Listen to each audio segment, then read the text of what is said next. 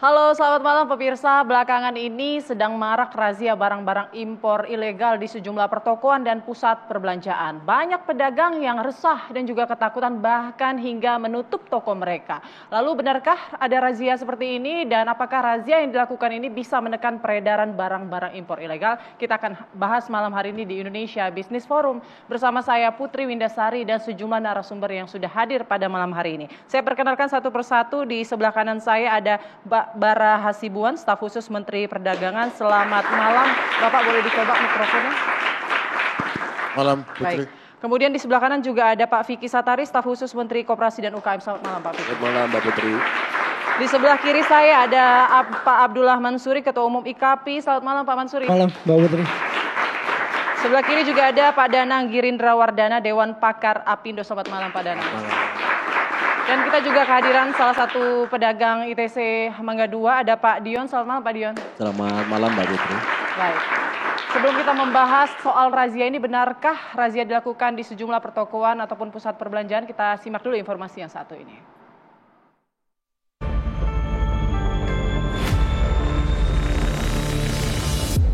Orangnya mana Pak yang razia?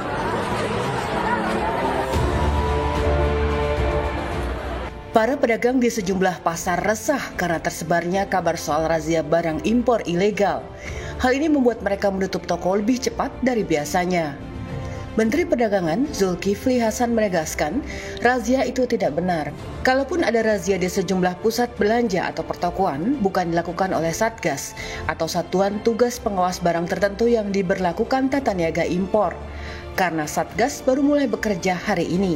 Yang diawasi ya, tekstil dan produk tekstil, pakaian jadi dan aksesoris, pakaian jadi, keramik, elektronik, alas kaki, kosmetik, barang tekstil sudah jadi lainnya. Jadi ada 7. Ya. Fokus pengawasan yaitu importir atau distributor. Ada, saya lihat ikutin di medsos, ada yang berkembang isu pengawasan dilakukan di pusat-pusat perbelanjaan misalnya. Nah itu sudah berapa hari, kan Satgasnya baru hari ini. Menteri Perdagangan juga meminta para pedagang agar tidak resah atau ketakutan terhadap razia barang impor ilegal. Bila mereka tidak menjual barang yang dimaksud, tidak akan terkena razia. Ia juga memastikan bahwa fokus pengawasan Satgas adalah ke importir atau distributor barang ilegal dan bukan pedagang atau retail. Namun, tidak menutup kemungkinan razia dilakukan ke pusat belanja.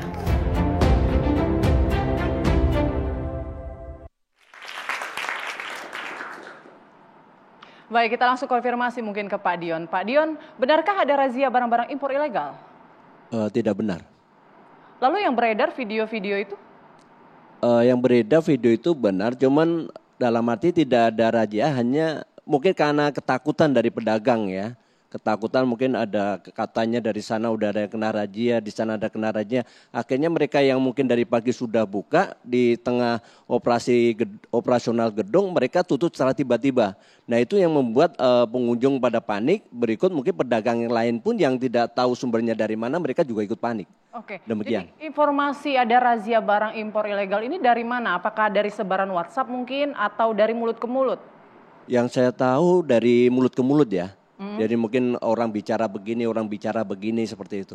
Ada diketahui nggak dari pihak mana, mungkin dari petugas kementerian atau dari mana gitu? Tidak ada. Tidak ada? Tidak ada. Tidak diketahui asal muasal isu ini ya? Tidak ada, pokoknya hanya kita mendengar dari orang yang berbicara, oh ada razia seperti itu. Sudah berapa lama kemudian, seperti apa bisa digambarkan kepanikan dari para pedagang? Berapa lama mereka harus tutup? Itu mungkin di minggu kemarin ya, itu sekitar mungkin 4-5 hari. Itu ada yang tutup, ada yang sebagian besar tetap mereka buka, sebagian kecil ada yang tutup, dan mereka ada yang udah buka di tengah jam-jam mungkin jam 12 mereka tutup kembali. Seperti itu berjalan sekitar 4-5 hari. Jadi resah begitu ya? Ada keresahan dan ada ketakutan. Oke, lalu omset pedagang bagaimana? Itu sangat berpengaruh ya, karena orang yang mungkin pengunjung yang sudah terlanjur datang melihat orang dari tenannya sendiri panik, mereka langsung tiba-tiba nutup tokonya, mereka memutuskan untuk pulang karena mereka tidak tahu ini ada apa. Seperti itu. Oke, tapi saat ini, hari ini, apakah sudah kembali normal atau masih panik? Untuk mulai hari ini setelah ada klarifikasi dari Menteri Perdagangan ya, kemudian kita juga mendapat informasi dari pihak pengelola bahwa itu semua hanya isu, setelah itu semuanya berjalan normal, tidak ada apa-apa lagi. Sudah kembali normal, Iya. Oke. Saya mau ke Pak Mansuri. Pak Mansuri, apakah ada laporan soal razia barang impor ilegal ini? Ya, Mbak Putri, bermula dari tanggal 18 ya, pagi itu teman-teman pada kasih informasi khususnya Tanah Abang ya, bahwa pedagang di ITC dan di Senen sudah dirazia. Itu awal mula isunya. Sampai ke Tanah Abang ini sudah beredar cukup santer, ditambah dengan sebelumnya ada statement-statement dari pihak kementerian yang dalam tanda kutip setengahnya menakut-nakuti. Sebenarnya bukan ke kita sebenarnya. Sebenarnya menakutinya bukan ke kita. Bagian mana yang menakutkan? Ya contoh gini, berarti di pasar itu ada barang ilegal gitu. Kira-kira gitu kira-kira.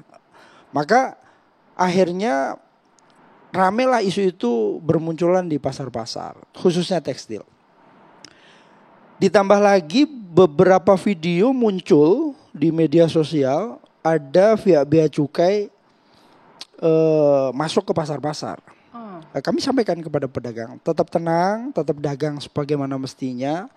Memang agak sulit itu untuk kita tenangkan pada saat itu karena kepanikan itu sudah cukup masuk ke mereka ya. Jam 11 siang tutup, mereka pulang, besoknya masih tutup, sehingga akhirnya kita sampaikan edaran ke grup-grup WhatsApp bahwa setelah kita konfirmasi juga ke Pak Bara, ternyata memang itu tidak benar dan Satgas juga baru terbentuk, sehingga ini yang membuat pedagang lebih tenang dari sebelumnya. Tetapi paling tidak itu mengganggu omset pedagang karena belum mendapatkan apa-apa lah, baru pagi itu.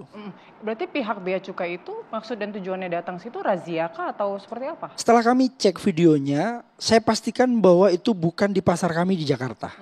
Itu adanya di luar ya, di luar Jakarta, mungkin perbatasan, dan itu terkonfirmasi bahwa bea cukai merazia di pasar untuk rokok impor ilegal. Kami cek ke teman-teman di Kemenq, bener nggak bahwa ada razia di pasar? Saya bahkan sampai agak keras menyampaikan, kalian bodoh kalau ngeceknya di pasar, kalau operasinya di pasar. Karena apa? Justru menunjukkan bahwa kerja mereka nggak benar. Kan pintu masuk impor itu mereka yang bertanggung jawab. Kalau jebol dan masuk ke pasar, mereka dong harusnya yang bertanggung jawab, bukan pedagang yang bertanggung jawab. Ini menunjukkan bahwa kalian punya bobrok, punya persoalan gitu. Ini beberapa isu yang kami klarifikasi ke teman-teman, tapi ternyata itu juga tidak pada saat ini saja. Ini sudah cukup lama katanya begitu. Oke, baik, kita langsung cek ke Pak Bara. Pak Bara, ini benarkah target razianya nanti adalah pedagang pasar atau seperti yang disarankan oleh Pak Mansuri harusnya tidak pedagang pasar? Atau sama sekali tidak benar. Dan waktu Menteri Perdagangan Pak Zulkifli Hasan mengumumkan dibentuknya Satgas ini tanggal 18 Juli lalu, hari Jumat lalu, secara tegas beliau mengatakan nanti yang akan menjadi target adalah warehouses, gudang-gudang, tempat penyimpanan barang-barang import yang ilegal. Warehouses itu dimiliki oleh distributor dan importer. Jadi sama sekali kita tidak akan melakukan razia ke toko-toko misalnya ke ITC atau ke Mangga 2 atau ke mall. Sama sekali kita tidak melakukan itu. Jadi kalau selama 10 hari ini kita ikuti memang banyak sekali isu yang mengatakan bahwa terjadi razia di Mangga 2, di Tanah Abang, itu sama sekali tidak benar ya. Dan kalau itu ada razia itu bukan dilakukan oleh Satgas. Karena Satgasnya baru terbentuk tanggal 18 Juli lalu dan kami baru kemarin mengadakan rapat teknis di antara semua wakil-wakil, ada 11 kementerian dan lembaga yang tergabung dalam Satgas dan jukdisnya itu petunjuk teknisnya juga baru ditandatangani oleh Ketua Satgas, Dirjen Perlindungan Konsumen dan Tata Niaga Kementerian Perdagangan. Jadi kami sama sekali belum melakukan apa-apa dalam hal investigasi ke lapangan. Jadi yang satu saya harus klarifikasi, tidak betul bahwa sasarannya adalah toko-toko pedagang-pedagang apakah di Tanah Abang, Mangga 2, apakah juga itu toko-toko yang ada di mall, sama sekali bukan itu. Kapan mulai bekerja nih?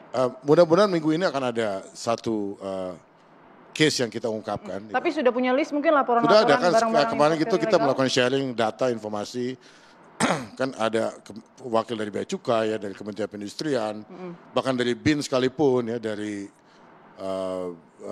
Kementerian Hukum dan HAM, kepolisian, kejaksaan, sebetulnya masing-masing itu sudah punya data mengenai beredarnya barang-barang import ilegal ini, ya, yang bersifat masif ini, yang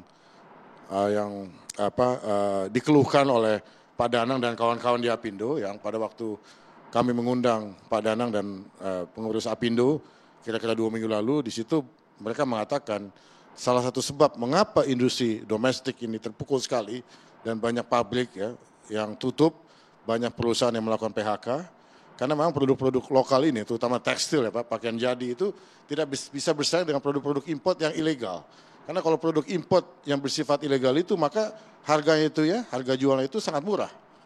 Ini tidak bisa bersaing Sedangkan dengan misalnya produk bahan baku, impor, misalnya untuk buat atau pakaian jadi, atau misalnya, keran impornya terlalu besar. ada beberapa bahan baku misalnya harus diimport, ya, itu kan dimasuk ke dalam cost kan, sehingga harga jualnya itu menjadi tinggi, gitu kan, lebih tinggi daripada barang-barang import yang ilegal. Kalau barang import itu masuk secara ilegal, berarti kan dia tidak membayar bea masuk kan.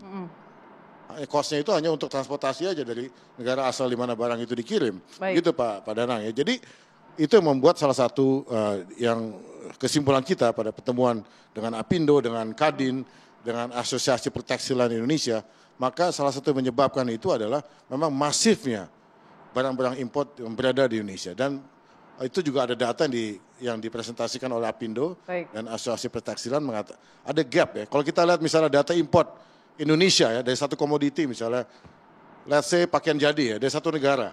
Data import dari satu negara itu kita bandingkan dengan data ekspor dari negara itu ke Indonesia. Ya, kita ada data dari BPS, data yang dikeluarkan setiap bulan. Kita lihat misalnya dari satu negara, saya nggak usah sebut negaranya. Misalnya pakaian jadi kaos misalnya dari satu negara. Importnya misalnya let's say 10.000, ya. Tapi ternyata data ekspor dari negara tersebut ke Indonesia untuk komoditi yang sama dengan HS code yang sama itu bisa 2 kali lipat, bisa 20.000. Jadi ada gap 10.000. Nah, apa kesimpulannya? Berarti 10.000 itu masuknya ilegal. Sedangkan dari negara asalnya itu dikirim ke Indonesia secara resmi. Masuk data mereka, data ekspor mereka. Ini tapi begitu masuk ada mafianya gitu ya Pak? Ya nggak tahu apakah ada mafia atau bagaimana, tapi yang jelas gapnya itu menunjukkan memang itu barang-barang itu 10.000 itu, contoh saya tadi itu masuk secara ilegal dan itu tidak bisa dibantahkan. Baik Pak Danang, ini apa karena memang tadi seperti yang disampaikan, ini apakah karena produk Indonesianya yang tidak mampu bersaing dengan produk impor atau produk impornya ini yang terlalu banyak membanjiri tanah air? Tapi nanti kita jawab usai jeda berikut, kami akan kembali sesaat lagi.